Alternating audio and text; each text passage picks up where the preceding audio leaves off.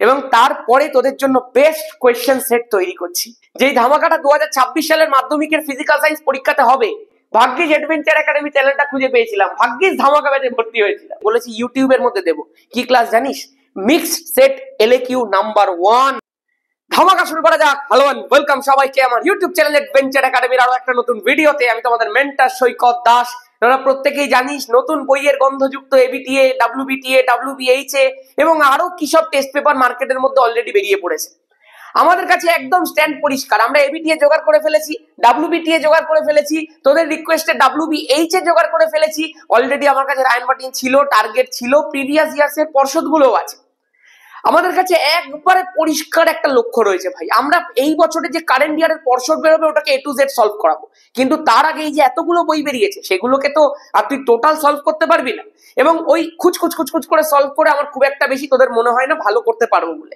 সেই জন্য আমি যেটা করেছি, প্রত্যেকটা বইকে একদম A to Z স্ক্রিনিং করছি, A to Z একদম পরিষ্কার করে প্রত্যেকটা প্রশ্ন ওয়াইজ প্রশ্ন আমি মিলিয়ে দেখছি যে কোন বই থেকে কোন প্রশ্নটা কোন জায়গা থেকে কোন কিভাবে ইম্পর্টেন্ট, মানে একদম আগা পাঁচতলা তুলোধনা করে রেখে দিচ্ছে বইগুলোর। প্রত্যেকটা বই খুঁটিয়ে সারা রাত ধরে দেখেছি একদিন আমি, এবং তারপরে তোদের জন্য বেস্ট কোয়েশ্চেন সেট তৈরি করছি। আজকের এই যে কোয়েশ্চেন সেটটা আমি তৈরি করেছি, এটা দেখ আমি লিখেছি best mixed test paper set number 1 SAQ এর। আমরা অলরেডি এরকম একটা সেট এমসিকিউ ভিএসএকিউ এর দিয়েছি, যে সেটটা দেখে লোকজন পাগল হয়ে গেছে।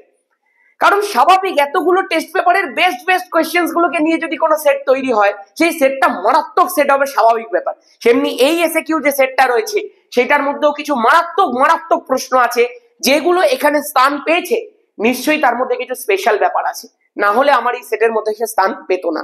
আমি ওইসব ফালতু কোয়েশ্চেন্স গুলোকে রাখি না, যেগুলো আমি অলরেডি সব করিয়ে দিয়েছি ওগুলোকে রাখি না। আমি একদম ইউনিক কিছু বেস্ট কোয়েশ্চেন যেগুলো পরীক্ষাতে আসতে পারে কিন্তু ছেলেমেয়েরা নজর দেয় না, সেইগুলোকে এখন রাখছি। চলো শুরু করি। আজকে এই সেটটা এবিটিএ, ডাব্লিউবিএইচএ, রায়ান মার্টিন এবং টার্গেট থেকে তৈরি হয়েছে। 18তে 18 পাক্কা, এবং আমি এটাকে বারবার বলেছি, যা করাচ্ছি করতে থাক, ফুল মার্কস আনবি। প্রথম প্রশ্ন, মাথা ঘুরে গেছে দেখি, প্রথম প্রশ্ন দেখেই মাথা ঘুরে গেছে অনেকের। দাদা এইটা কি? ইথাইন থেকে প্রোপাইন। তুই ঠিকই ধরেছিস, এটা ক্লাস 11-এ আসে রে ভাই, কিন্তু রায়ান মার্টিনের একটা সেটের মধ্যে এই প্রশ্নটাকে দিয়ে বসে আছে। তা আমি কি করব বল? আমি মিক্স সেট করাচ্ছি, আমাকে তো করাতেই হবে। ইথাইন মানে কি? ইথাইন মানে অ্যাসিটিলিন রে ভাই, CH ট্রিপল বন্ড CH। সেখান থেকে প্রোপাইনটা কি বল? প্রোপাইন মানে হচ্ছে CH3 C triple bond CH, তাই তো? প্রত্যেকটা 4টে করে ভ্যালেন্সি স্যাটিসফাইড কিনা দেখে নে। এই কার্বনটা 4টে ভ্যালেন্সি স্যাটিসফাইড, এই কার্বনটা 4টে ভ্যালেন্সি স্যাটিসফাইড, এই কার্বনটা 4টে ভ্যালেন্সি স্যাটিসফাইড। যারা এগুলো দেখতে জানিস না, আমার জৈব রসায়নের কুইক রিক্যাপ, ওয়ান শট সব দেওয়া আছে চ্যানেলে, গিয়ে দেখে নে ভাই, সব পেরে যাবি। এবার একটুখানি মন দিয়ে শোন, এইটা অ্যাকচুয়ালি ক্লাস 11-এর প্রশ্ন, এবং 10 লেভেলে দেওয়াটা খুব একটা বেশি জাস্টিস নয় ছেলেমেয়েদের সাথে, বাট সব ধরনের প্রিপারেশন তোকে করে রাখতে হবে, ওই জন্য আমিও করিয়ে দিচ্ছি। দেখ ভাই মন দিয়ে, তুই যদি 11-এ পড়তিস তোকে আমি প্রত্যেকটা রিয়াকশনের নাম শেখাতাম, কিন্তু এই মুহূর্তে তুই নাম কোনো কিছু জানতে পারবি না। যখন 11 কেমিস্ট্রি পড়বি তখন আমি তোকে সবকিছু শিখিয়ে দেবো, ঠিক আছে? দেখ, প্রথমেই যেটা ট্রিট করতে হবে সেটা হচ্ছে NaNH2 দিয়ে। এটাকে সোডিয়াম অ্যামাইড বলা হয়ে থাকে। যখনই ট্রিট করব সঙ্গে সঙ্গে কি হবে জানিস তো? আমি তোকে দেখবি আগেও শিখিয়েছি, কার্বনের পাশে হাইড্রোজেন সোডিয়াম একবারে সহ্য করবে না, সোডিয়াম গিয়ে সেই কার্বনের পাশে বসতে চাইবে। তাহলে সঙ্গে সঙ্গে কি হবে? HC হয়ে যাবে, ট্রিপল বন্ড হয়ে যাবে, কার্বনের পাশে হাইড্রোজেনটা সরে যাবে, কার্বনের পাশে সোডিয়াম চলে আসবে। বল, সোডিয়ামের মাথার উপরে কি চার্জ বসে? পজিটিভ চার্জ বসে। তাহলে কার্বনের মাথার উপরে কি চার্জ বসবে? নেগেটিভ চার্জ বসবে, পরিষ্কার কথা। এবার এই যে কম্পাউন্ডটা তৈরি হলো, এটার নামটা শুনবি, এটার নাম সোডিয়াম অ্যাসিটিলাইড, বাট তোকে অত এখন নাম মনে রাখতে হবে না। এই কম্পাউন্ডটাকে আমাদেরকে ট্রিট করতে হবে CH3Br বা CH3I দিয়ে ট্রিট করলে আরো ভালো। এটার নাম হচ্ছে মিথাইল আয়োডাইড। যখনই আমরা এটাকে দিয়ে ট্রিট করি সঙ্গে সঙ্গে কি হয় বলতো? এই Na+I- এর সাথে যুক্ত হয়ে বেরিয়ে যায়, আর এই CH3টা এখানটা গিয়ে বসে এবং তৈরি করে HC triple bond CCH3। This is the mechanism, this is the function, যেটার মাধ্যমে CH3C ট্রিপল বন্ড CH, এই যে CH3C ট্রিপল বন্ড CH তৈরি হয়ে যায়, এবং এইটাই তোকে ক্লাস 11-এ শেখানো হয়। আপাতত তুই এইটুকু জেনে রাখলেই হবে। নেক্সট প্রশ্ন দেখা যায়। দেখ, প্রশ্নটা দেখে বিরাট বড় একটা প্রশ্ন লাগছে, এবং তোর মনে হচ্ছে যে 2 নম্বরের প্রশ্নের মধ্যে এটাকে দিয়েছে, একদম জাস্টিস করেনি। এবং যতদূর আমার মনে হচ্ছে এইটা মনে হয় টার্গেট থেকে নেওয়া হয়েছে, এবং এইটা সম্ভবত কোনো একবারে মাধ্যমিকেও এসেছে। বলছে সমান দৈর্ঘ্যের দুটি ধাতব পরিবাহী এ আর বি আছে। আচ্ছা, খুব ভালো করে এক একটা যেমনি এমনি বড় বড় যদি প্রশ্ন থাকে না, তখন এক একটা পয়েন্ট পড়বে আর জিনিসগুলোকে লিখে রাখবে। বিকজ কি হয়, এরকম বড় বড় প্রশ্নে যখন আমরা অনেকটা দূর চলে যাই তখন প্রথমের ইনফরমেশন গুলো অনেক সময় আমরা ভুলে যাই। বলেছে সমান দৈর্ঘ্যের দুটি ধাতব পরিবাহী এ আর বি, মানে length of a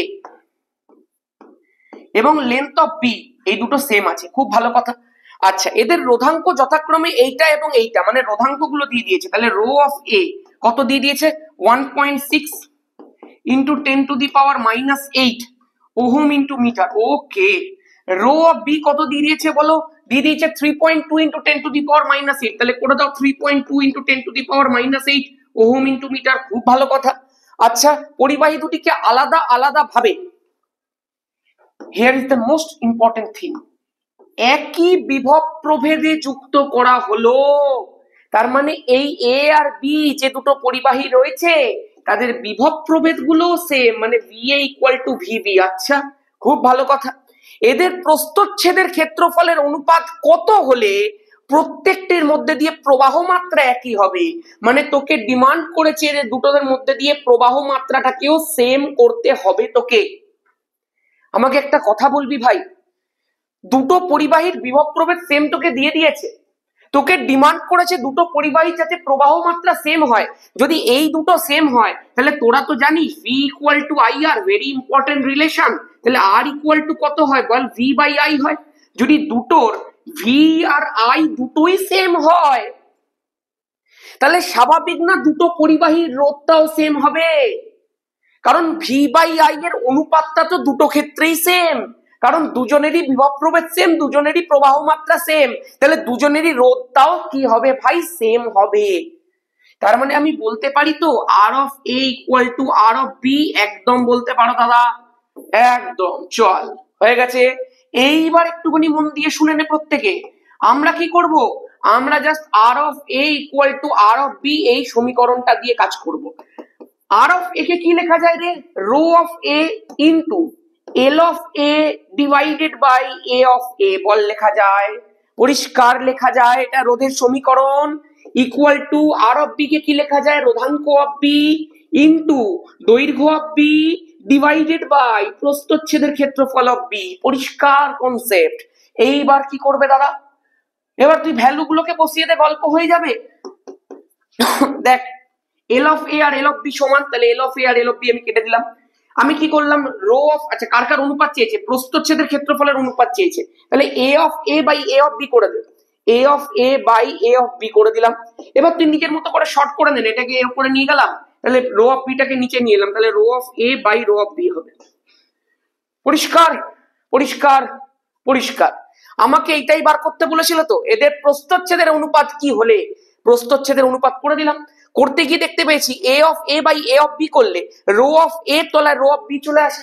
row of A তো তোকে দিয়ে দিয়েছে, রো অফ A কত, 1.6 10⁻⁻8 ওহম মিটার, আর রো B কত বল, 3.2 ইন্টু 10⁻⁻8 ওহম মিটার। গল্প শেষ। এই পুরোটা কাটলো, অ্যান্সার চলে এলো 1/2। গল্প শেষ হয়ে গেছে তো। তাহলে প্রস্থচ্ছেদের ক্ষেত্রফলগুলোর অনুপাত কত হয়ে গেল, A of A A of B 1:2। শেষ। সর্বনাশ। প্রশ্নটা কিন্তু সোজা প্রশ্ন, কিন্তু প্রশ্নটার রিপ্রেজেন্টেশনটা এমন করে দিয়েছে যে এই জায়গাটাকে তোকে বুঝতে হবে। এই জায়গাটা যদি তুই একবার বুঝে যাচ্ছে R of A = R of B হবে, তুই এই অঙ্কটা এমনি নামিয়ে দিবি ভাই। আশা করতে পারি ক্লিয়ার আছে। নেক্সট প্রশ্নটা দেখা যাক। একটুখানি হ্যাপাজার্ড ম্যানারে আমি কিন্তু সাজিয়েছি বিষয়গুলোকে, মানে এক্সাক্ট পরপর তোকে দিতেও পারে নাও পারে, একটা পারফেক্ট অর্ডার হয়, প্রথমে পরিবেশের জন্য ভাবনা, শেষে জৈব রসায়ন। বাট আমি এখানে একটু হ্যাপাজার্ড ম্যানারে সাজিয়েছি যাতে তোদের মনের মধ্যে ওই স্ট্যাগার্ড বিষয়টা না চলে আসে। কঠিন NaCl এর কেলাসে যথেষ্ট সংখ্যক Na+ আর Cl- আয়ন উপস্থিত থাকা সত্ত্বেও তার তড়িৎ পরিবাহিতা খুব কম কেন? This is a very important question.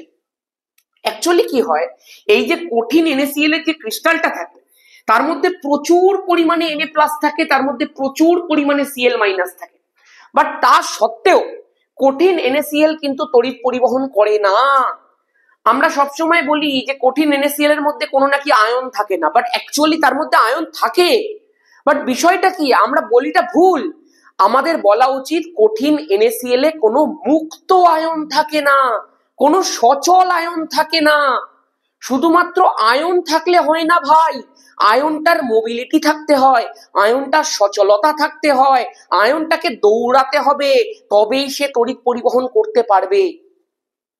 কঠিন NaCl-টাকে যদি তুই দেখিস, আমি তোকে ক্লাস 11-এর একটা ছবি দেখাচ্ছি, ক্লাস 11-এ গিয়ে এগুলো তোরা পড়বি, এগুলো তোদেরকে শেখাবো, দেখবি পদার্থের কঠিন অবস্থা চ্যাপ্টারের মধ্যে ল্যাটিস শেখাবো, ল্যাটিস, এবং সেখানে তোকে ল্যাটিস এনার্জি দেখাবো, FCC type lattice, BCC type lattice, সবকিছু দেখাবো ভাই। সমস্ত জিনিস 11-এ গিয়ে শিখবি। খেয়াল করে দেখ, এই যে এখানটাতে এই হোয়াইট গুলো হচ্ছে Na+, মানে এই আমি মধ্যখানে Na+ থেকে একটুখানি রেড করলাম, তুই চিন্তা করে দেখ, এইটা হচ্ছে NaCl এর একটা ক্রিস্টাল ল্যাটিস।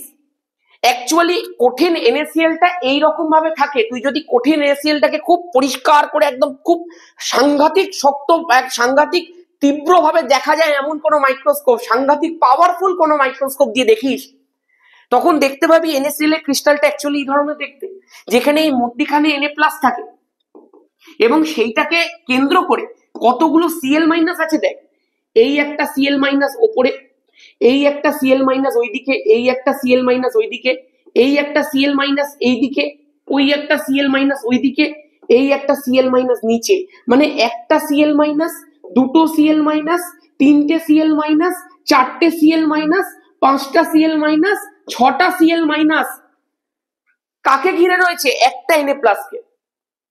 আবার যদি তুই একটু ভালো করে এই পাশেও কয়েকটা ল্যাটিস, ওই পাশেও যদি কয়েকটা কিউব এরকম ভাবে যদি বাড়িয়ে বাড়িয়ে দেখিস, তখন দেখতে পাবি যে একটা Na+ কে ঘিরে থাকে যেমনি ছখানা Cl-, সেমনি একটা Cl- কে আবার ঘিরে থাকে ছখানা Na+। তার মানে এরা একে অপরকে ঘিরে তীব্র, একদম অতি তীব্র স্থির তাড়িতিক আকর্ষণ বলের মাধ্যমে সংযুক্ত অবস্থায় রয়েছে। এবং যেহেতু এই ল্যাটিসটার ভেতরে এই আয়নগুলো একে অপরকে পরিবেষ্টিত করে একটা তীব্র স্থির তাড়িতিক আকর্ষণ বলের মাধ্যমে যুক্ত আছে, সুতরাং এরা কোনোভাবেই নড়াচড়া করতে পারবে না।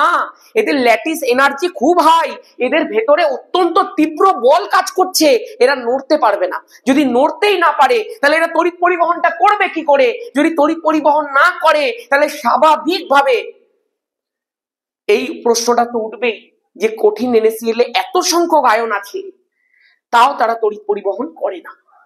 পরিষ্কার কথা, ওরা করবেটা কি করে ভাই? ওরা তো স্থির তড়িৎ আকর্ষণ বলের মাধ্যমে যুক্ত। নেক্সট, এই একটা প্রশ্ন, এই প্রশ্নটাও কিন্তু দেখতে বিরাট বড়, বাট অ্যাকচুয়ালি এই প্রশ্নটাও খুব সহজে অ্যান্সার করে দেওয়া যায়। আমি জাস্ট একটুখানি দেখবো যে রেকর্ডিংটা পারফেক্ট হচ্ছে কিনা, তারপরেই আমি এটা করে দিচ্ছি। রেকর্ডিং, ওকে, রেকর্ডিং পারফেক্ট হচ্ছে। বলছে একটি আলো বায়ু মাধ্যম থেকে অপর একটি মাধ্যমের ওপর আপতিত হয়েছে, মানে আলোটা আসছে বায়ু মাধ্যম থেকে, আলোটা বায়ু মাধ্যম থেকে অন্য একটা মাধ্যমের মধ্যে আপতিত হয়েছে, খুব পরিষ্কার কথা। যে মাধ্যমটার মধ্যে আলোটা গেল, কোথায় গেল? এই যে মাধ্যমটার মধ্যে আলোটা গেছে, ওই মাধ্যমটির প্রতিসরাঙ্ক 1.5, মানে তোকে এখন না বলে দিলেও তুই বুঝে গেছিস সেই আলোটা অ্যাকচুয়ালি কাঁচের মধ্যে গেছে। বিকজ আমরা যাদেরকে পড়াচ্ছি এতদিন ধরে, তোরা যারা এখানে রেগুলারলি পড়ছিস, তোরা এখন এইসব বিষয়ে পারফেক্ট ধারণা চলে এসছে। বলেছে মাধ্যমটার মধ্যে, মানে যে মাধ্যমটাতে গেছে যার প্রতিসরাঙ্ক 1.5, আমরা তো জানি না কি মাধ্যম, মাধ্যমটিতে আলোটির তরঙ্গ দৈর্ঘ্য হচ্ছে এত। আচ্ছা, তাহলে প্রশ্নটা করেছে বায়ু মাধ্যমে আলোটির তরঙ্গ দৈর্ঘ্য কত, হিসাব করে লেখো। দেখ ভাই, খুব মন দিয়ে শোন, তোরা তো প্রত্যেকে জানিস যে আলো যদি কোনো একটা মাধ্যমের মধ্যে প্রবেশ করে তাহলে সেই মাধ্যমের প্রতিসরাঙ্ক মিউ লেখা যায় না এরকম করে, সি ডিভাইডেড বাই যেই মাধ্যমটার মধ্যে আলো প্রবেশ করেছে, যেই মাধ্যমের তুই প্রতিসরাঙ্কটা লিখেছিস, সেই মাধ্যমের মধ্যে আলোর বেগ লেখা যায়। এই জন্য আমি দেখবি তোদেরকে অনেক সময় বলি যে কোনো একটা মাধ্যমের প্রতিসরাঙ্ক ইকুয়াল টু শূন্য মাধ্যমে আলোর বেগ বাই সেই মাধ্যমে আলোর বেগ, পরিষ্কার লেখা যায়। আবার দেখবি তোদেরকে আমি একটা জিনিস শিখিয়েছিলাম যে ভি কে লেখা যায় এন ইন্টু ল্যামডা, যেখানে এনটা হচ্ছে কম্পাঙ্ক আর ল্যামডাটা হচ্ছে তরঙ্গ দৈর্ঘ্য। কম্পাঙ্কটা তো সব মাধ্যমেই সেম থাকে, জাস্ট তরঙ্গ দৈর্ঘ্যটা চেঞ্জ হয়। তার মানে আমি এখানে সি এর জায়গাতে লিখতে পারি তো n into lambda zero. Lambda zero হচ্ছে শূন্য মাধ্যমে তরঙ্গ দৈর্ঘ্য, আর এই ভিটা কি কাঁচ মাধ্যমের বেগ, তাহলে এটাকে লেখা যায় n ইন্টু ল্যামডা। ল্যামডাটা হচ্ছে ওই যে কাঁচ মাধ্যম কেন বলছি, অজ্ঞাত মাধ্যম, ওই অজ্ঞাত মাধ্যমের মধ্যে আলোটার তরঙ্গ দৈর্ঘ্য পারফেক্ট আছে। এখানটায় হচ্ছে ওই অজ্ঞাত মাধ্যম যার প্রতিসরাঙ্কটা আমাকে দিয়ে দিয়েছে, আমি তো জানি না ওটা কি মাধ্যম। চল এবারে অজ্ঞাত মাধ্যমটার প্রতিসরাঙ্কটা বসিয়ে দাও 1.5, খুব সুন্দর করে বসিয়ে দিলাম। এন এম তো কেটে চলে গেল, ল্যামডা জিরোই তো আমাকে বার করতে বলেছে রে, শূন্য মাধ্যমের তরঙ্গ দৈর্ঘ্যই তো বার করতে বলেছে, বায়ু মাধ্যমে আলোটির তরঙ্গ দৈর্ঘ্য, আর এটা তোকে দিয়ে দিয়েছে দেখ 4000 অ্যাংস্ট্রম, তো বসিয়ে দে না 4000 অ্যাংস্ট্রম, পরিষ্কার কথা। তাহলে এখান থেকে তুই ইজিলি ল্যামডা জিরোটা পেয়ে যেতে পারলি। কত পেলি বল, 4 ইন্টু 1.5 হয়ে গেল 6, আর 3টে শূন্য বসে গেল, অ্যান্সার হয়ে গেল 6000 অ্যাংস্ট্রম। পরিষ্কার পরিষ্কার পরিষ্কার, পারফেক্ট পারফেক্ট পারফেক্ট। ওই যে অজ্ঞাত মাধ্যমটা রয়েছে যার প্রতিসরাঙ্ক 1.5, সেখানে আলোটার বেগ বার করতে বলেছে, এইটা আমি করবই না, করবই না।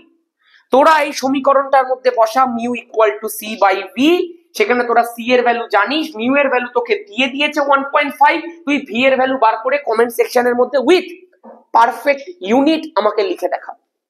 হয়েছে? চলো কমেন্ট করো, কমেন্ট করো।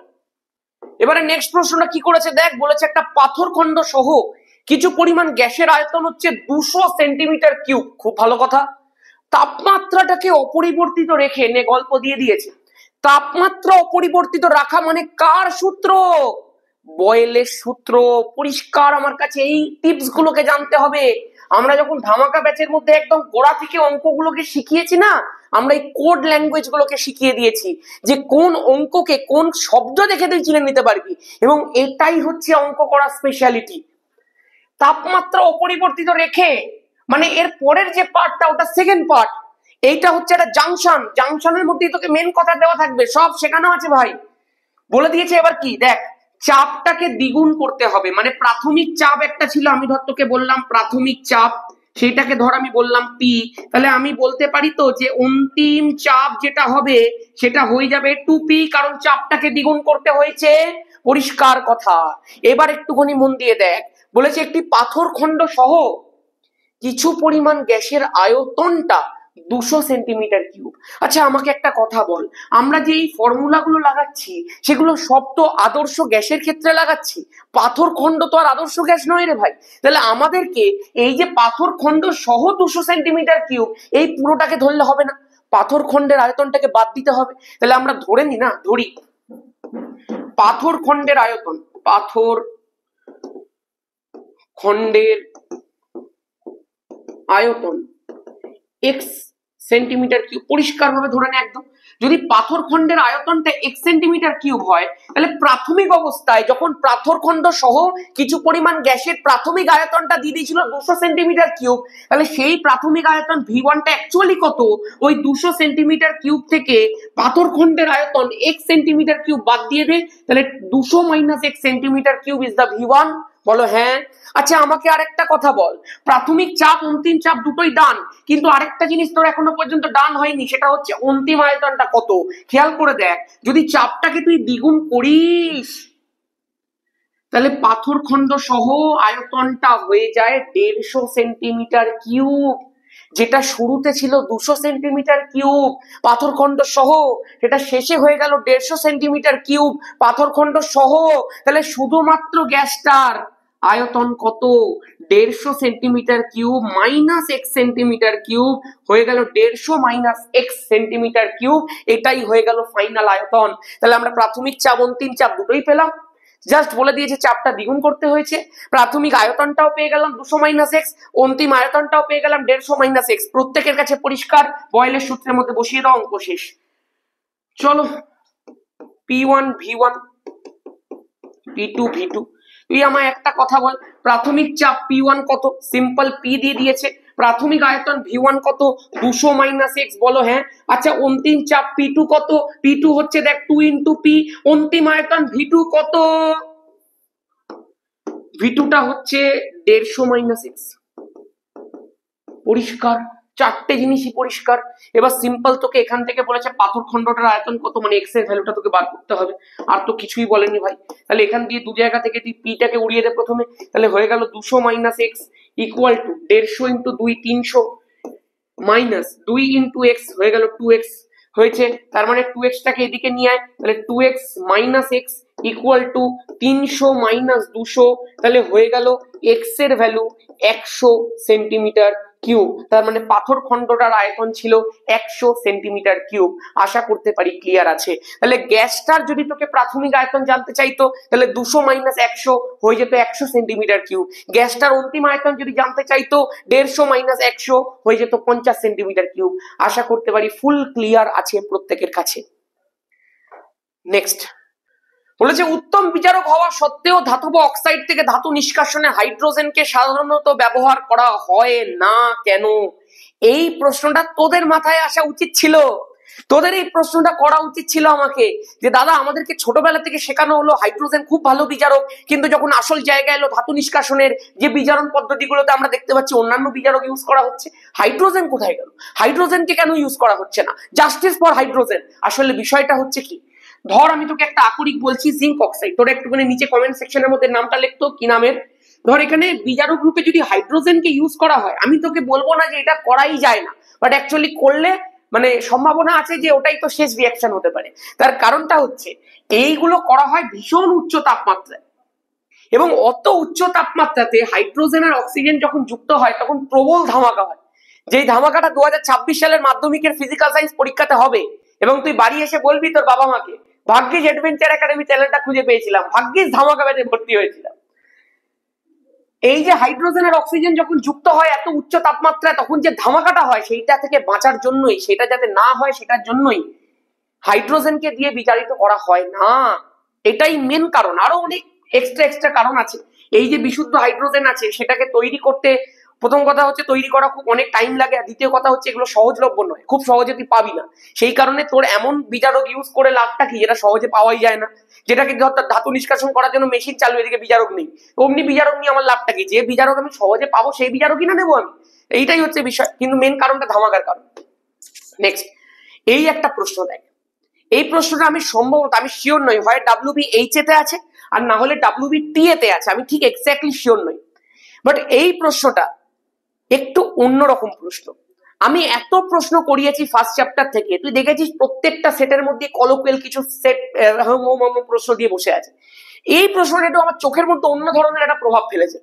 বলেছে বায়ুতে প্রচুর পরিমাণে নাইট্রোজেন এবং অক্সিজেন উপস্থিত থাকা সত্ত্বেও এদেরকে গ্রিনহাউস প্রভাব বা গ্রিনহাউস গ্যাস রূপে ট্রিট করা হয় না, কিন্তু খুব কম পরিমাণে উপস্থিত কার্বন ডাই অক্সাইডকে গ্রিনহাউস গ্যাস বলা হয়ে থাকে।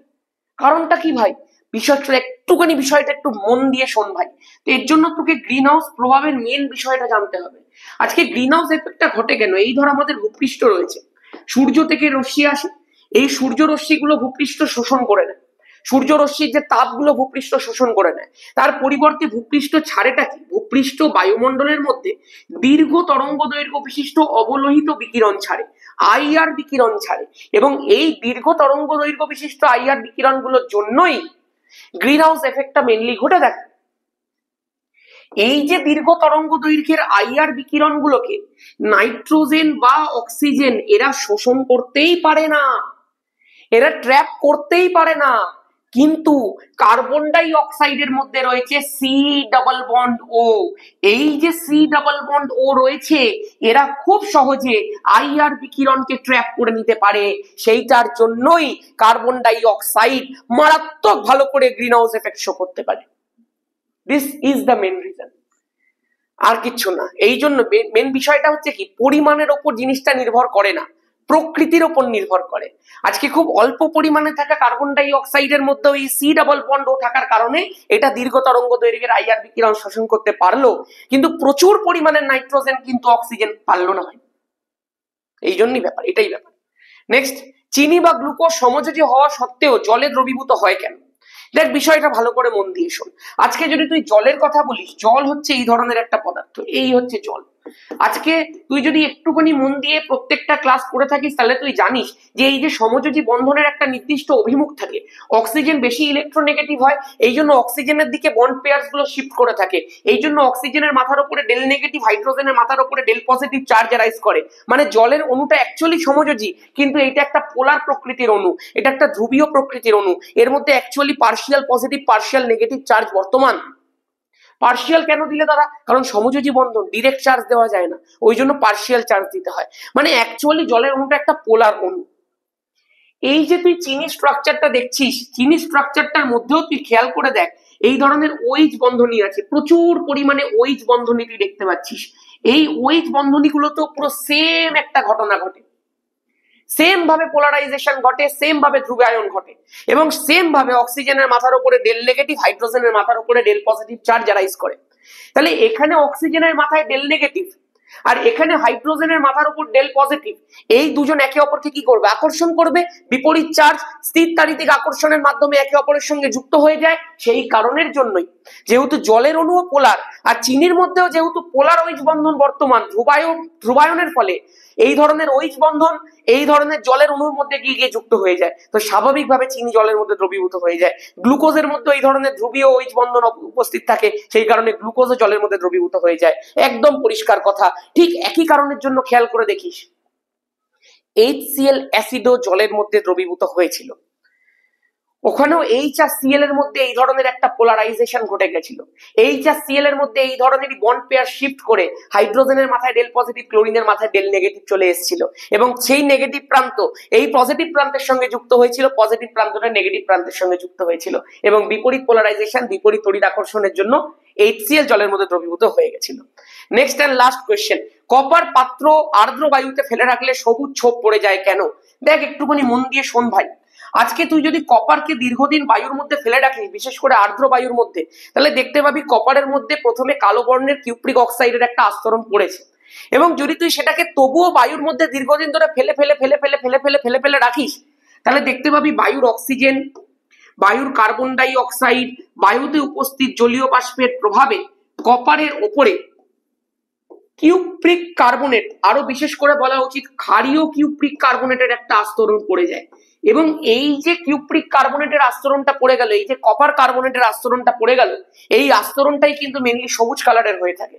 এবং আরো একটা বিষয় বলি, যদি বায়ুর মধ্যে সালফার ডাই অক্সাইড প্রেজেন্ট থাকে, তাহলে তুই দেখতে পাবি এই ধরনের কপার সালফেটেরও আস্তরণ পড়ে যায়, CuSO4 3CuOH এর হোল টুয়াইস, এই আস্তরণটাও কিন্তু সবুজ কালারের হয়ে থাকে। এই জন্যই কপারের পাত্র বেশি দিন বায়ুতে রাখলে এই ধরনের সবুজ সবুজ ছোপ ছোপ দাগ পড়ে যায়। আশা করতে পারি কি ক্লিয়ার আছে? কপার কার্বনেট, কপার সালফেট প্রত্যেকটাই ক্ষারীয়, প্রত্যেকটাই সবুজ, একদম ক্লিয়ার। তোরা একটু করে নিচে কমেন্ট করতো জিঙ্কের উপরে যে আস্তরণটা পড়ে তার সংকেত আর কালারটা কি। অ্যালুমিনিয়ামকে তো সেলফ প্রোটেক্টিভ মেটাল বলে, তুই তো জানিস, ওয়ান টাইম ক্ষয় লাইফ টাইম জয়। কি জিনিস এটা যারা আমার ক্লাস করেছে তারাই জানে, যারা রেগুলারলি পড়ছে। যাক, হয়ে গেল কমপ্লিট প্রত্যেকটা জিনিস, প্রত্যেকটা প্রশ্ন আমরা করে ফেললাম। আজকেও প্রশ্নগুলোর মধ্যে আমি চেষ্টা করেছি একটুখানি টুইস্ট দেওয়ার, একটুখানি প্রশ্নগুলোকে যাতে একটু ঘুরিয়ে ফিরিয়ে দেখানো যায়। একটু কঠিন কঠিন প্রশ্ন বলবো না, একটু ইম্পর্টেন্ট প্রশ্নগুলোকে এখানে দিয়েছি, যেগুলো হয়তো প্রথম দেখাতে তুই একটু ঘাবড়ে যেতে পারিস। লাস্ট প্রশ্নটা বেসিক ছিল, কিন্তু লাস্ট প্রশ্নটা পরীক্ষার জন্য গুরুত্বপূর্ণ, খুবই গুরুত্বপূর্ণ প্রশ্নগুলোকে নিয়ে কালকে আসছে। MCQ VSAQ এর মিক্স সেট নাম্বার 2 কালকে দেখতে ভুলিস না। আর রবিবার বিশেষ দিন, ধামাকা ব্যাচের একটা ক্লাস রবিবারে আমি দিচ্ছি। ধামাকা ব্যাচের মধ্যে ওই ক্লাসটাকে করাইনি, বলেছি ইউটিউবের মধ্যে দেব। কি ক্লাস জানিস? Mixed set LAQ number 1। ধামাকা হচ্ছে তো, ফিজিক্যাল সায়েন্স কাঁপছে রে কাঁপছে। এরপরে অঙ্কের একটা ওয়ান শট দেবো, চলতরিতের অঙ্কের ওয়ান শট দেবো, আলোর অঙ্কের ওয়ান শট দেবো, তাপের অঙ্ক যদিও লাগে না, মিশিয়ে মিশিয়ে কিছু দিয়ে দেবো, গ্যাসের আচরণের অঙ্কের ওয়ান শট দেবো। ধামাকা ব্যাচের মধ্যে ধরে ধরে ধরে ধরে ধরে ধরে কনসেপ্ট বিল্ড করে করে করে করে টাইপ ওয়াইজ ভাগ করে করে শিখিয়েছি। ইউটিউবের মধ্যে দেবো, সেটার একটা ওয়ান শট, ঠিক আছে? আর যদি কেউ অ্যাকচুয়ালি কনসেপ্ট বিল্ড করতে চাস, যদি কেউ চ্যাপ্টার ওয়াইজ একদম ধরে ধরে শিখতে চাস, যদি কেউ ডিটেলস জিনিসগুলোকে শিখে পড়ে হেভি নাম্বার পেতে চাস, যদি কেউ LAQ কে প্রপারলি মিক্সে প্রপারলি পড়তে চাস, পুরো পরিশোধ করতে চাস, তাহলে আমি তাকে বলবো এখনো টাইম আছে, ধামাকা ব্যাচের মধ্যে ভর্তি হয়ে যা। 6289360364 এই হচ্ছে নাম্বার। তোকে ফিস পে করতে হবে 599, ওয়ান টাইম ফিস পে করতে হবে, এবং তুই আপ টু মাধ্যমিক এই ব্যাচটাকে অ্যাভেল করতে পারবি। অলরেডি যে কটা ক্লাস হয়ে গেছে আমাদের চ্যাপ্টার ওয়াইজ পুরো ডিসকাশন হয়ে গেছে। প্রত্যেকটা ইম্পর্টেন্ট চ্যাপ্টার, অজৈব রসায়ন, চলতড়িৎ বল, গ্যাসের আচরণ বল, রাসায়নিক গণনা বল, আলো বল, তোর আরো প্রচুর চ্যাপ্টার, কিছুদিন আগে অনেকগুলো চ্যাপ্টার করিয়ে দিয়েছি ভাই, প্রচুর প্রচুর চ্যাপ্টার, পর্যায় সারণী, জৈব রসায়ন, সব প্রত্যেকটার এলএকিউ টাইপ প্রবলেম প্র্যাকটিসও হয়েছে, পুরো একদম ধরে ধরে কনসেপ্ট বিল্ড করে অঙ্ক শেখানো হয়েছে, সবই করিয়ে দেওয়া হয়েছে। এরপরে একদম মিক্সড এলএকিউ চলবে। তাই যারা যারা ভর্তি হতে চাইছিস, কিছু না, প্রসেসটা দেখে নে। 599 এই নাম্বারটার মধ্যে সেন্ড করবি, এই নাম্বারটার মধ্যেই হোয়াটসঅ্যাপ আছে, তুই রিসিপ্টটা হোয়াটসঅ্যাপের মধ্যে পাঠিয়ে জাস্ট তোর নামটা লিখে দিবি, বাকিটা তোকে আমি করে দেবো, তোকে অ্যাড করে প্রিভিয়াস সব ক্লাসেস আমি দিয়ে দেবো। মঙ্গলবার রাত্রি 9:30, শুক্রবার সকাল 11টা লাইভ ক্লাস হয়, প্রত্যেকটা লাইভ ক্লাসের রেকর্ডেড ভার্সন তোর কাছে থাকবে, সেই জন্য তুই পরেও লাইভ ক্লাসগুলোকে দেখতে পারবি, আগের ক্লাসগুলো পেয়ে গিয়ে তুই নিজের কনসেপ্টটাকে একদম যোগাযোগ করে নিতে পারবি। তাই যারা এখনো পর্যন্ত ফিজিক্যাল সায়েন্সে দুর্বল আছিস, একটুও ভাবিস না, চলে আমাদের ব্যাচের মধ্যে প্রচুর ভালো ভালো ছেলে মেয়ে আছে যারা বিশাল নাম্বার পেয়েছে টেস্টে এবং মাধ্যমিকও পাবে। দেখা হচ্ছে প্রত্যেকের সাথে পরের ক্লাসে। সবাই ধামাকা করতে থাক। জয় ধামাকা।